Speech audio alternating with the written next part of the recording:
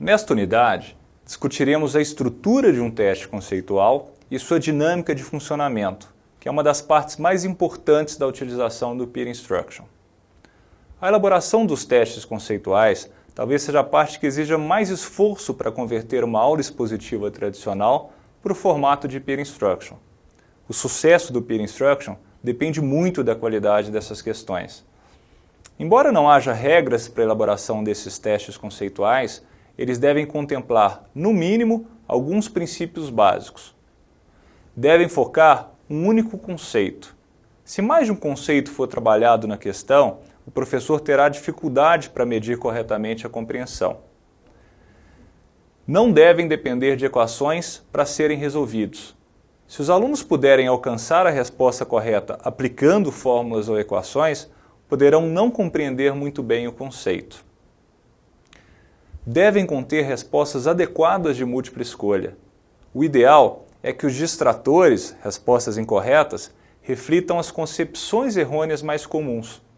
A principal fonte de respostas incorretas deve ser os próprios alunos. Por exemplo, as avaliações aplicadas em semestres anteriores podem ser utilizadas como uma boa fonte de distratores. Devem ser redigidos de forma não ambígua. E, por fim, não devem ser fáceis demais nem difíceis demais. Os testes conceituais possuem dois objetivos básicos. Primeiro, promover a interação entre os estudantes e, segundo, trabalhar os conceitos que servem de fundamento para a solução de problemas. Todo teste conceitual deve ter o seguinte formato. Em primeiro lugar, o professor deve propor um problema para os alunos. É importante que o professor leia a questão para os alunos, evitando erros na sua interpretação. Depois disso, cada aluno deve fazer uma reflexão individual sobre o tema, elaborando sua resposta. Isso demora cerca de 1 minuto. Após a reflexão, cada aluno deve dar a sua resposta individual sem que haja nenhum tipo de discussão entre os colegas. Terminando a rodada de respostas individuais, os alunos discutem com os colegas do seu grupo, criando argumentos que justifiquem sua escolha, tentando convencer seus colegas de que seus argumentos são corretos. Após a discussão, o professor abre uma nova rodada de respostas individuais. E, por fim, o professor divulga a resposta correta e explica os argumentos que levaram àquela resposta. A aplicação do Peer Instruction requer do professor mais flexibilidade do que o modelo tradicional, onde prevalecem as aulas expositivas.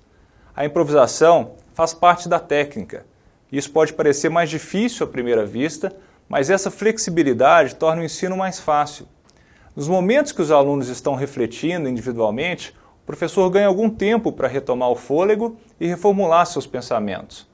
Enquanto os alunos estão discutindo as respostas no momento seguinte, o professor pode participar dessas discussões como ouvinte e isso traz dois importantes benefícios. Primeiro, o professor ouve a explicação dos próprios estudantes, trazendo um novo ponto de vista sobre uma determinada questão.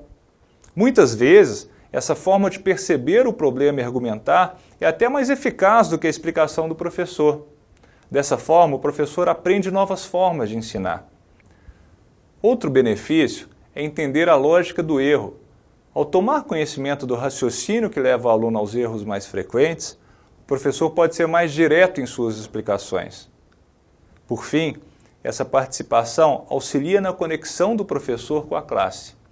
Normalmente, esse formato de aula, os alunos fazem muito mais perguntas do que antes, indo direto ao ponto. Isso é muito bom. Vamos agora a algumas regras importantes para o bom funcionamento da técnica. Primeira, se o percentual de respostas corretas na primeira rodada de respostas for inferior a 30%, o professor deve intervir, explicando o conceito com mais detalhes, o que tomará um pouco mais de tempo.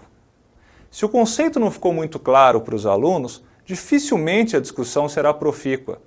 Nesse caso, apenas após uma explicação detalhada, o professor deve seguir com a rodada de respostas individuais do teste conceitual. Por outro lado, se o percentual de respostas corretas na primeira rodada de respostas for superior a 80%, o professor pode passar para o problema seguinte, sem a necessidade de discussão entre pares. Isso significa que o conceito já está bem assimilado por boa parte da turma, não havendo necessidade de uma discussão. Na segunda rodada de respostas, após a discussão entre os alunos, ocorre um aumento do percentual de respostas corretas. Normalmente, esse aumento acontece quando o percentual de respostas corretas na primeira rodada de respostas está em torno de 50%.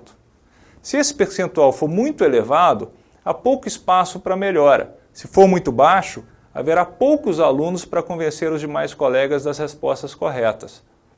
Um bom teste conceitual deveria atingir um percentual de respostas corretas entre 40% e 60% na primeira rodada de respostas. Questões que levem a um percentual de respostas fora dessa faixa deveriam ser evitadas. A melhora do percentual de respostas corretas após a discussão se deve ao fato de ser muito mais fácil mudar a opinião de alguém que está errado do que de alguém que escolheu a resposta correta pelas razões corretas, embora haja exceções.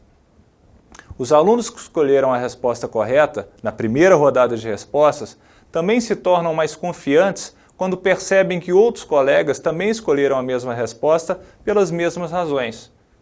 É possível que os alunos sejam capazes de ensinar uns aos outros de forma mais eficiente do que o próprio professor.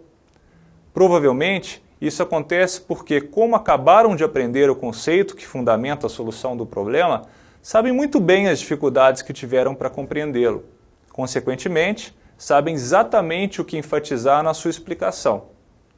Nos últimos anos, tive a oportunidade de acompanhar diversas aulas do professor Mazur lá na Universidade de Harvard e aprendi algo bem interessante que não está descrito em livros que abordam esse assunto. Durante a aplicação dos testes conceituais em sala de aula, os alunos que registram as primeiras respostas tendem a ter um percentual de acertos maior do que os alunos que demoram um pouco mais para responder. Com o passar do tempo, ou seja, uns 15 segundos após a abertura da sessão de respostas, o percentual de respostas erradas vai aumentando. Normalmente, o percentual de acertos de um teste conceitual chega a 85% nos primeiros 10 segundos de levantamento das respostas. E aí, com o passar do tempo, ele cai para cerca de 50%. As respostas que são dadas após os 10 segundos são, na maioria das vezes, respostas erradas. Provavelmente, esse fenômeno acontece porque os alunos que respondem tardiamente não formataram um argumento lógico que justifique sua resposta. Assim, a aleatoriedade leva a maior percentual de erros. É muito importante que fique claro para os alunos que os testes conceituais não serão avaliados, ou seja, não contarão para a nota final da disciplina. Isso dá a eles liberdade para responderem e utilizarem o argumento que quiserem, sem nenhum tipo de pressão. É isso. Espero que você tenha entendido como funciona na prática o Peer Instruction. Terminamos por aqui mais uma unidade. Até a próxima!